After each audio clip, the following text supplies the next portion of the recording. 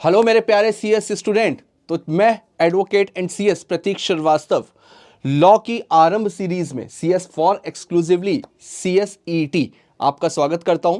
तो देखिए, आज हम लोग स्टार्ट करेंगे आपका चैप्टर नंबर 1 जो आपका बिजनेस लॉ का पहला पार्ट है, इंट्रोडक्शन टू लॉ। आज हम लोग वो स्टार्ट करेंगे, लेकिन स्टार्ट करने से पहले मैं आपसे कुछ बात करना चाहूंगा कि जैसा आपने मेरे नाम के आगे देखा सीएस प्लस एडवोकेट, तो अब आपके दिमाग में आ रहा होगा कि सर सीएस भी है और एडवोकेट भी। तो देखो, सीएस के साथ बेस्ट कॉम्बिनेशन होता है लॉ का, क्योंकि सीएस अपने आप में ही पूरा का पूरा लॉ है। सीएस में जो आपका मेन कोर एरिया जो आपका आने वाला है वो लॉ का आने वाला है। इसमें भले ही आपको केवल एक इंट्रोडक्टरी पार्ट दिया गया है सीएसईटी में, लेकिन जब आप सीएस एग्जीक्यूटिव में आओगे, सीएस प्रोफेशनल में आओगे, तो आपको समझ में आएगा कि सीएस के लिए लॉ की इंपॉर्टेंस क्या। और देखो, आपका जो कोर्स है उसका नाम क्या है? आपके कोर्स का नाम है सीएसईटी। सीएसईटी का मतलब क्या है? Company secretary executive entrance test. यानी ये बेटा एग्जाम जो है ये एग्जीक्यूटिव का एंट्रेंस टेस्ट है। यानी आपको एग्जीक्यूटिव में जाने की तैयारी कराई जा रही है, क्योंकि एग्जीक्यूटिव अपने आप में बहुत बड़ा है। और आप यकीन मानो, मैंने खुद भी वो सीएस वाली लाइफ जी हुई है, जो स्टूडेंट वाली लाइफ होती है ना, वो मैंने जी हुई है। और अपने जितने भी एक्सपीरियंस है वो मैं आपके साथ समय समय पर शेयर करता रहूंगा। मेरा मानना यह है कि सीएस बनने की राह में जो सबसे बड़ा रास्ते का कांटा है वो है एग्जीक्यूटिव। मैंने अपनी लाइफ में अभी तक कुछ नहीं तो कम से कम 5,000 से 10,000 के बीच में स्टूडेंट्स को पढ़ाया होगा। मैं पिछले 13 सालों से पढ़ा रहा हूं, और मैंने देखा है कि अगर स्टूडेंट ने एग्जीक्यूटिव निकाल लिया तो वो 100% सीएस बन के ही निकलता है। तो एग्जीक्यूटिव आपके लिए मेन है। इसी वजह से डायरेक्ट एग्जीक्यूटिव में जाने के लिए आपको एंट्रेंस टेस्ट देना पड़ता है। तो इंस्टीट्यूट ये देखना चाहता है कि आप एग्जीक्यूटिव का एग्जाम देने के लिए एलिजिबल हो या नहीं हो। ठीक है, तो यहां पर आपको लॉ का एक इंट्रोडक्टरी पार्ट दिया गया है। यहां पर लॉ के बारे में आपको समझना है। एक आईसीएसआई ने एक बहुत ही अच्छा स्टेप लिया है, जिसमें इन्होंने जो लॉ का कॉन्सेप्ट है, लॉ का जो पेपर है बेसिकली, उसको एमसीक्यू बेस्ड रखा है। बाकी के आपके जितने भी पेपर्स हैं वो सारे के सारे सब्जेक्टिव होंगे, लेकिन लॉ का जो पेपर होगा वो आपका ओएमआर बेस्ड होगा, यानी कि एमसीक्यू बेस्ड होगा, यानी कि आपको मल्टीपल चॉइस क्वेश्चंस होंगे। उसके पीछे आईसीएसआई का लॉजिक क्या है वो आप मेरी बात समझो। आईसीएसआई आपसे उम्मीद कर रहा है कि बेटा अभी तुम्हें लॉ को केवल समझना है। आप अपनी लाइफ में पहली बार लॉ पढ़ने के लिए जा रहे हो, तो अभी आपको लॉ को रटना नहीं है। आप लॉ को थ्योरी सब्जेक्ट मान करके मत चलो, लॉ को आप प्रैक्टिकल सब्जेक्ट मान करके चलो। अभी आपको लॉ को केवल समझना है, क्योंकि आपको यहां पर अभी लंबे लंबे आंसर्स ड्राफ्ट नहीं करने हैं। अगर लॉ का कॉन्सेप्ट आपको क्लियर है तो एमसीक्यू क्वेश्चंस को सॉल्व करने में कोई भी दिक्कत नहीं आएगी। ये सारी चीजें मैं आपको इस वजह से बता रहा हूं। आज आपकी लाइफ की पहली क्लास है, लॉ की क्लास है। आप लाइफ में पहली बार कोई सब्जेक्ट पढ़ रहे हो, तो उस सब्जेक्ट को लेकर के हमारी अप्रोच क्या होनी चाहिए, उस सब्जेक्ट को हमें पढ़ना कैसे ये पता तो होना चाहिए। तो हमेशा याद रखिए बेटा, लॉ थ्योरी सब्जेक्ट नहीं है, लॉ प्रैक्टिकल सब्जेक्ट है। प्रैक्टिकल सब्जेक्ट क्यों है? क्योंकि जो हम पढ़ेंगे वही हमें अपनी लाइफ में, जब हम सीएस बन जाएंगे ना, तो प्रैक्टिकली हमें उन सारी चीजों को अप्लाई करना होगा। इस वजह से मैं मानता हूं कि लॉ एक प्रैक्टिकल सब्जेक्ट है। और लॉ को बेटा रटना नहीं है, लॉ को थ्योरी सब्जेक्ट मत मानना, लॉ को समझना है। तो लॉ का एक एक कॉन्सेप्ट आपका क्लियर होना चाहिए। तो चलिए स्टार्ट करते हैं हम लोग आज का सेशन।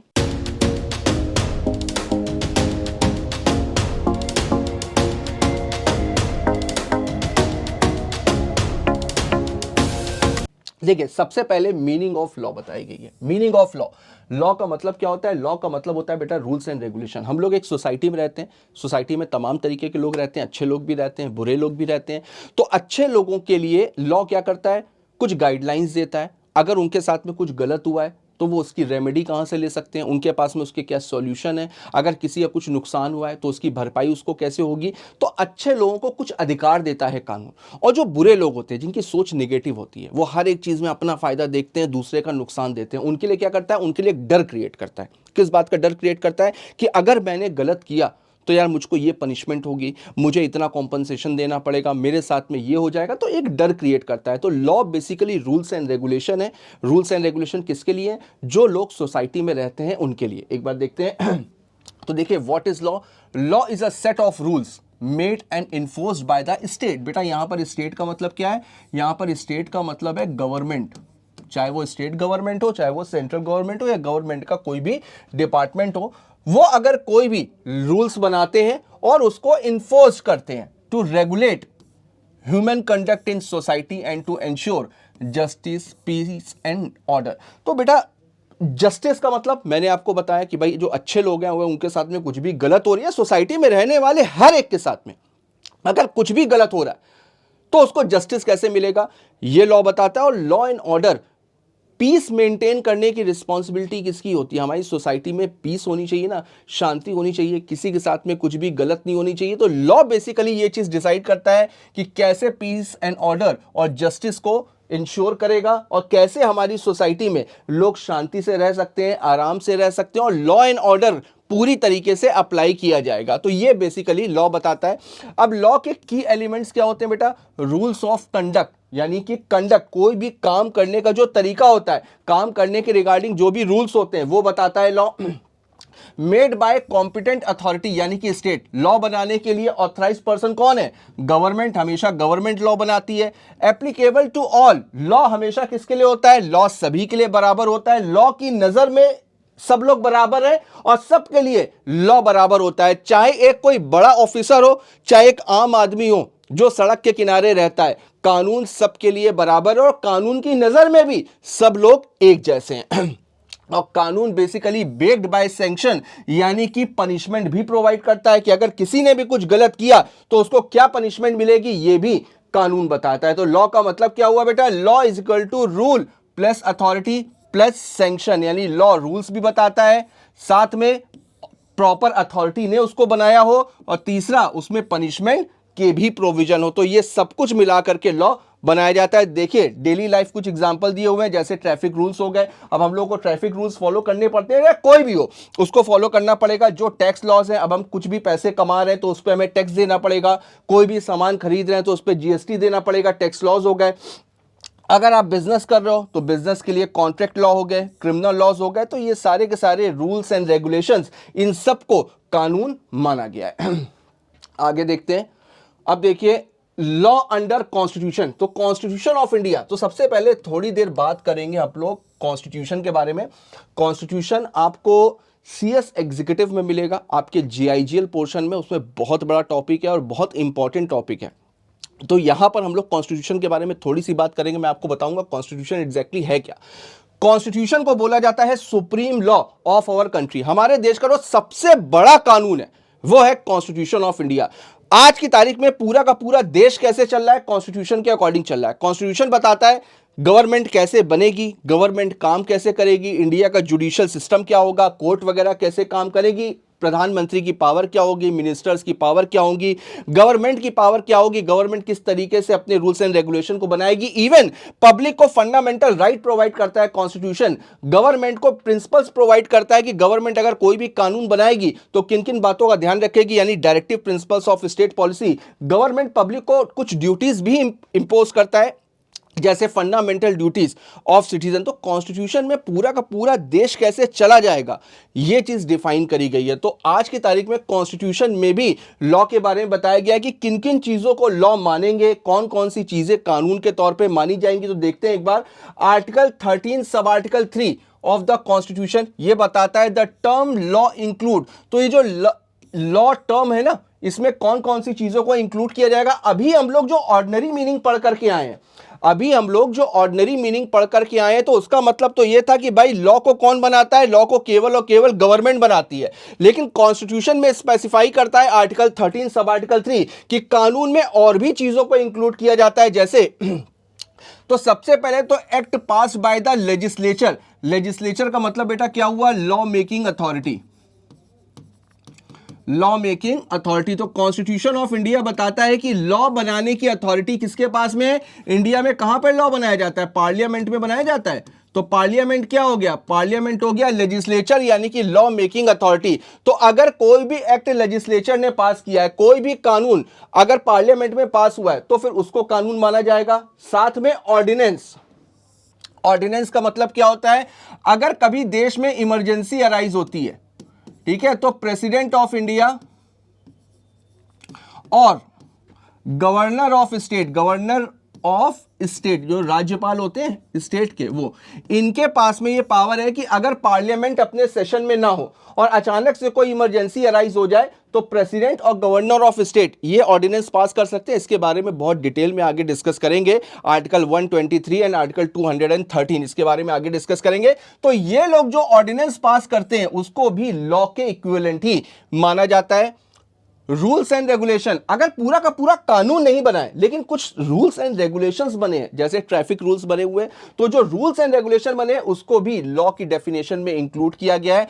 अगर बाई लॉज है, बाई लॉज का मतलब है जैसे यूनिवर्सिटीज है, तो यूनिवर्सिटीज भी तो देखो तो जो गवर्नमेंट यूनिवर्सिटीज हैं वो देखो तो गवर्नमेंट डिपार्टमेंट की तरह से काम करती हैं, उनके अपने रूल्स एंड रेगुलेशन होते हैं, तो उनके अपने जो रूल्स एंड रेगुलेशन होते हैं उनको बोला जाता है बाई लॉज। तो बाई लॉज भी एक तरीके के कानून का काम करते हैं। और दूसरा, customs and usages having force of law, और अगर ऐसे कोई भी रीति रिवाज है, कस्टम का मतलब क्या हो गया, रीति रिवाज, अगर कोई भी रीति रिवाज है जो सालों से चलते चले आ रहे हैं, जिसको हमारी सोसाइटी ने पूरी तरीके से एक्सेप्ट किया हुआ है और वो उसकी वजह से किसी को नुकसान भी नहीं पहुंचा है, तो उन कस्टम्स को भी कानून के बराबर बराबरी दी गई है। तो इन सारी चीजों को बेटा लॉ की डेफिनेशन में इंक्लूड करता है कॉन्स्टिट्यूशन ऑफ इंडिया। तो केवल और केवल पार्लियामेंट कानून नहीं बनाती है, इन सारी चीजों को भी। वैसे अगर आपसे ऑर्डिनरी पूछा जाए कि लॉ बनाने की पावर किसके पास में, तो आपका आंसर यही होगा, पार्लियामेंट। लेकिन केवल इसको कानून नहीं बोलते, इसके साथ में और भी चीजें हैं, और भी रूल्स एंड रेगुलेशन है, और भी अथॉरिटीज हैं। अगर उन्होंने भी कुछ बनाया है तो वो भी अपने आप में कानून के ही इक्विवेलेंट माना जाता है। एक देख लेते हैं, custom become law only when recognised by court. तो बेटा कोई भी रीति रिवाज होगा ना, तो वो रीति रिवाज अच्छे भी हो सकते हैं, खराब भी हो सकते हैं। ऐसा तो रीति रिवाज होता क्या है, जो सदियों से हमारे समाज में चलते चले आ रहे हैं, जो सदियों से हमारी सोसाइटी में चलते चले आ रहे हैं। जैसे मुस्लिम्स में अगर देख लो, तो जब कोई शादी होती है तो उसमें कबूल है, कबूल है, कबूल है 3 बार बोलते हैं।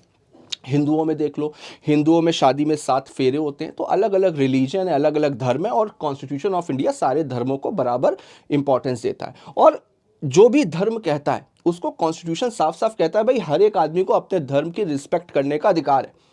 तो अब कबूल है, कबूल है, कबूल है, या 7 फेरे, इसकी वजह से किसी का नुकसान तो नहीं हो रहा है। तो ये रीति रिवाजी तो हैं जो सदियों से चलते चले आ रहे हैं। आपने रामायण महाभारत देखी होगी टीवी पे, उसमें भी 7 फेरे होते, उस समय से समझ लो चलते चले आ रहे हैं। तो ये कहीं कोई कानून में लिखा थोड़ी ना है, लेकिन ये तो भी कस्टम है और वैलिड कस्टम है। लेकिन अब ऐसे सती प्रथा होगी कि पहले क्या होता था कि अगर किसी की डेथ हो गई तो उसकी वाइफ को उसी के साथ ही जला दिया जाता था, सती प्रथा। डाउरी सिस्टम हो गया, दहेज, चाइल्ड मैरिज हो गई, बाल विवाह, ये भी तो सदियों से चलता चला आ रहा था, ये भी तो कस्टम थे। तो कहने का मतलब ये है कि बेटा कस्टम जरूरी नहीं है कि हमेशा सही हो, रीति रिवाज जरूरी नहीं कि हमेशा सही हो। तो इसी वजह से यहां पर बोला गया है कस्टम्स को तभी वैलिडिटी दी जाएगी, कस्टम्स को तभी लॉ के इक्विवेलेंट माना जाएगा जब वो कस्टम हमारी सोसाइटी के लिए हार्मफुल ना हो, हमारी सोसाइटी के लिए खराब ना हो, और कोर्ट ने उसको रिकॉग्नाइज किया हो, कोर्ट ने उसको रिकॉग्नाइज किया। आज की तारीख में आप यकीन मानो, जो शादी में 7 फेरे लेने वाला कॉन्सेप्ट है ना, अगर शादी में 6 फेरे हुए और 7वां नहीं हुआ तो आप यकीन मानो वो शादी वॉइड है, उस शादी की कोई वैल्यू नहीं। तो ये कस्टम की इंपॉर्टेंस है, और इसको रिकॉग्नाइज कौन करता है, इसको रिकॉग्नाइज करता है कोर्ट। तो जब तक कस्टम्स को कोर्ट रिकॉग्नाइज नहीं करता तब तक उसको कानून नहीं माना जाएगा। उसको कानून तभी माना जाएगा जब कोर्ट ने उसको रिकॉग्नाइज किया हो। तो आई होप यहां तक आपकी कहानी क्लियर हो गई होगी। आगे देखते हैं। अब देखो कुछ स्कूल्स हैं, कुछ यहां पर दिए हुए ज्यूरिस्प्रूडेंस, स्कूल ऑफ ज्यूरिस्प्रूडेंस। ये देखो बड़ा भारी वर्ड आया है, और एग्जीक्यूटिव में पूरा का पूरा एक सब्जेक्ट है ज्यूरिस्प्रूडेंस। ज्यूरिस्प्रूडेंस को हिंदी में क्या बोलते हैं, किसी को पता है? ज्यूरिस्प्रूडेंस को हिंदी में बोला जाता है न्याय शास्त्र। जैसे अर्थशास्त्र होता है जो इकोनॉमिक एक्टिविटी को बताता है, ठीक है, वेद होते हैं, तो उसी तरीके से होता है न्याय शास्त्र, यानी एक ऐसा शास्त्र जो न्याय की बात करता है, ठीक है, उसको बोला जाता है ज्यूरिस्प्रूडेंस। और ये पूरा का पूरा सब्जेक्ट है आपका, जिसका नाम है JIGL। ये आप पढ़ोगे CS एग्जीक्यूटिव में, ठीक है। तो JIGL जो है, जो ज्यूरिस्प्रूडेंस है, न्याय शास्त्र है, उसके कुछ प्रिंसिपल्स है, उसके कुछ प्रिंसिपल्स हैं। तो उसके अकॉर्डिंग लॉ की कुछ डेफिनेशंस दी गई हैं। तो इसके अकॉर्डिंग देखते हैं। जैसे सबसे पहले आता है नेचुरल लॉ स्कूल। ये नेचुरल लॉ स्कूल बेटा ग्रीस का है, और ये सबसे पुराना है, बहुत पुराना। आपने नाम सुना होगा सुकरात, ये सुकरात के समय का है। हो सकता है बहुत लोगों ने ना भी सुना। बहुत बड़े फिलोसफर थे, ठीक है। तो ये बेसिकली जो नेचुरल लॉ ऑफ स्कूल है ये ग्रीस का है, और इनके अकॉर्डिंग लॉ की कुछ डेफिनेशंस हैं। इनके अकॉर्डिंग क्या है, मैं इसको समराइज वे में बता देता हूं। इन्होंने हमेशा बोला कि लॉ हमेशा नेचर से आता है, लॉ हमेशा नेचर से आता है। जो इंसान रूल्स एंड रेगुलेशन बनाते हैं वो असली कानून नहीं है, असली कानून वो है जो नेचर से आता है, ठीक है। तभी इन्होंने हमेशा प्रायोरिटी दी, जैसे राइट टू लाइफ, आपने सुना होगा, ये एक फंडामेंटल राइट है जो कॉन्स्टिट्यूशन में दिया गया है, और ये किसकी देन है, ये नेचुरल लॉ स्कूल की देन है। क्योंकि इन्होंने बोला है जीने का अधिकार, भगवान ने हमको पैदा किया है, भगवान ने हमको पैदा किया है, तो हमको एक अच्छी लाइफ जीने का अधिकार होना चाहिए, right to life, right to equality. अब कोई भी आदमी जब पैदा होता है तो उसको थोड़ी ना पता है वो कौन से धर्म में पैदा हो रहा है, कौन सी कास्ट में पैदा हो रहा है, तो राइट टू इक्वलिटी, ये जो नेचुरल लॉ स्कूल है ये लॉ के बारे में बताता है कि लॉ हमेशा नेचर से आता है, जो इंसान बनाते हैं वो असली कानून नहीं होता है। तो देखिए तो इनके according law is based on justice, morality, reason and nature. It exist independent of man made law. तो बेटा ये हमेशा मैन मेड लॉ, जो इंसानों ने कानून बनाया उससे ज्यादा इन्होंने जो प्रायोरिटी दी है वो जस्टिस को दी है, मोरालिटी को दी है, रीजन को दी है और नेचर को दी है। तो देखिए एक उल्पियन करके हैं ज्यूरिस्ट, उन्होंने क्या बोला है, law is the art of good and equitable. Cicero, law is the highest reason implemented in nature. तो यानी कि लॉ सबसे बड़ा जो है वो नेचर से ही आया है, नेचर ने ही सबसे बड़े कानून को दिया है। और सालमेंट के according law is body of principles recognised by court. अब देखिए की फीचर्स, तो ये बेसिकली बेस्ड है on morality, universal in nature, पूरी दुनिया में हर जगह पर है लॉ, हर जगह पर है, हर जगह पर है, लॉ की कोई भी टेरिटरी नहीं है। और higher than man made law, जैसा कि मैंने बताया इन्होंने प्रायोरिटी किसको दी है, इन्होंने प्रायोरिटी दी है नेचर से जो कानून आया है, मैन मेड लॉ को इन्होंने प्रायोरिटी नहीं दी है। Example right to life, right to equality. तो जो नेचुरल लॉ ऑफ स्कूल है ये क्या बताता है कि लॉ बेसिकली जो मेन लॉ है वो हमारे नेचर से आता है। अब देखिए इसी तरीके से एक पॉजिटिविस्ट स्कूल है, इन्होंने क्या बोला है, इन्होंने बोला है कि भाई जो गवर्नमेंट लॉ बनाती है, गवर्नमेंट सबसे बड़ी है, सुप्रीम कौन है आज की डेट में देश में सबसे बड़ा कौन है, देश में सबसे बड़ी गवर्नमेंट है। तो जो गवर्नमेंट कानून बनाती है, और गवर्नमेंट जो कानून बनाती है उसमें पनिशमेंट के भी प्रोविजन होते हैं, तो वही सबसे बेहतर कानून है। तो देखिए law is the command of the sovereign backed by sanction. तो इसी वजह से जो क्रिमिनल लॉज हैं, जो टैक्स लॉज हैं, भाई ये भी तो एक तरीके की पनिशमेंट है। अब क्रिमिनल लॉ है, किसी ने मर्डर किया, किसी ने रॉबरी करी, तो उसके लिए पनिशमेंट के प्रोविजन है ना। तो ये बेसिकली पॉजिटिविस्ट स्कूल ने कॉन्सेप्ट इसका दिया है। अब इसमें ऑस्टिन की कमांड थ्योरी है, देखिए according to John Austin, law consist of command given by the sovereign. Sovereign का मतलब होता है बेटा सुप्रीम, सबसे बड़ा, सबसे बड़ा का मतलब गवर्नमेंट, और enforced by sanction. If any one element missing it is not law. तो इन तीनों में से अगर कोई भी है, कमांड का मतलब ऑर्डर देना, तो भाई गवर्नमेंट जब कोई कानून बना रही है उसको इन्फोर्स कर रही है, तो एक तरीके से पब्लिक के लिए ऑर्डर हो गया ना, भाई आज रात 12 बजे से ये कानून एप्लीकेबल हो रहा है सबके ऊपर, तो आप चाहो या ना चाहो, आपको पसंद हो या ना पसंद हो, आपको वो कानून फॉलो करना पड़ेगा। अब ये ऑर्डर दिया किसने, ये ऑर्डर सबसे बड़ी अथॉरिटी कौन है, गवर्नमेंट, गवर्नमेंट की तरफ से आया। उस कानून में कहीं ना कहीं पनिशमेंट के भी प्रोविजन है कि अगर किसी ने ये कानून फॉलो नहीं किया तो उसके लिए उसको पनिशमेंट क्या मिलेगी ये बताता है। तो अगर ये तीनों चीजें हैं तभी उसको कानून माना जाएगा अकॉर्डिंग टू ऑस्टिन। ऑस्टिन क्या होगा, अकॉर्डिंग ये तीनों चीजें होनी जरूरी हैं। तो example criminal law and tax laws.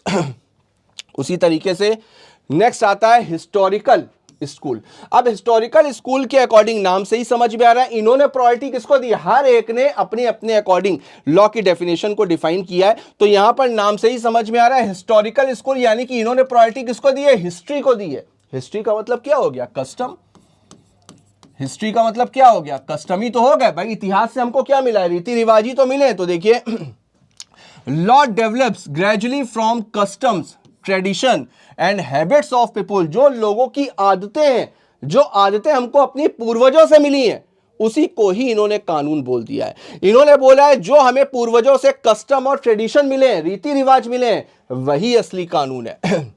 अब देखिए सेवेनी की थ्योरी इसमें क्या है, लॉ इज बेस्ड ऑन वोल्केजिस्ट यानी कि स्पिरिट ऑफ द पीपल। तो पीपल की स्पिरिट जो होती है उसी को ही इन्होंने लॉ माना है। देखिए लॉ इज नॉट मेड, इन्होंने बोला इसके की फीचर्स क्या है, इन्होंने बोला है कि भाई लॉ बनता नहीं है, लॉ डेवलप होता है धीमे धीमे, लोगों की आदतें अपने आप डेवलप होती हैं, इट ग्रोज।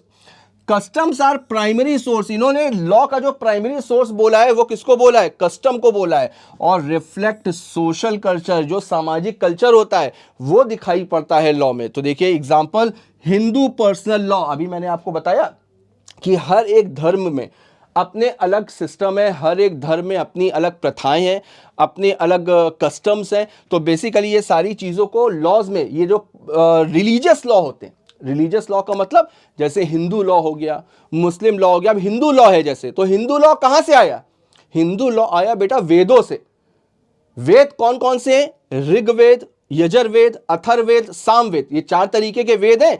तो हिंदू लॉ, हिंदुओं का जो कानून है, जिसको जितने भी हिंदू हैं वो फॉलो करते हैं, वो उसका सोर्स क्या है, उसका सोर्स है वेद। और वेदों का मतलब क्या होता है, वेदों का मतलब होता है वॉइस ऑफ गॉड, भगवान की आवाज, यानी भगवान ने जो बताया है वो वेदों में लिखा हुआ, और हिंदू धर्म उसको फॉलो करता है। उसी तरीके से जो मुस्लिम लॉज हैं वो मुस्लिम फॉलो करते हैं।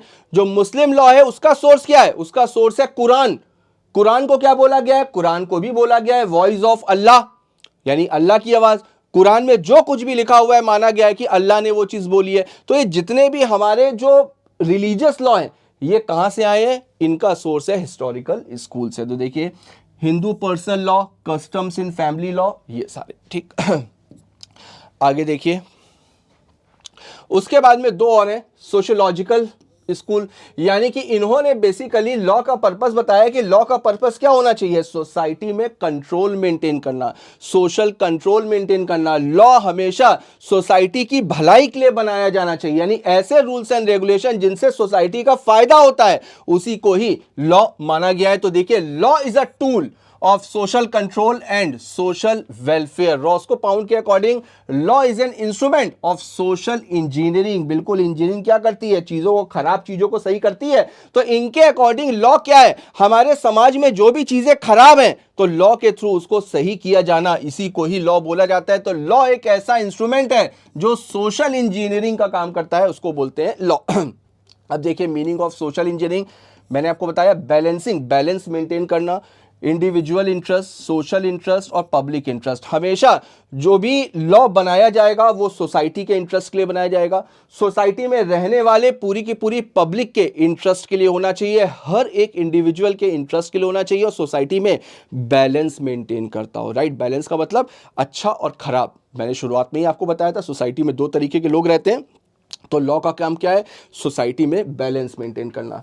एग्जांपल देखिए लेबर लॉज। अब लेबर लॉज लेबर को प्रोटेक्शन प्रोवाइड कराता है। भाई पहले क्या होता था, पहले लेबर को एम्प्लॉयर बहुत ज्यादा उनका शोषण करते थे, ठीक। तो उसके बाद में लेबर लॉज आए, लेबर लॉज ने क्या किया, लेबर्स की कैटेगरी को ऊपर बढ़ाया, एम्प्लॉयज को बहुत सारे अधिकार दिए, लेबर्स को बहुत सारे अधिकार दिए। तो बेसिकली यहां पर क्या हो रहा है, यहां पर सोसाइटी को मेंटेन किया जा रहा है, सोशल बैलेंसिंग करी जा रही है। तो ये किसकी देन है, ये सोशियोलॉजिकल स्कूल की देन है।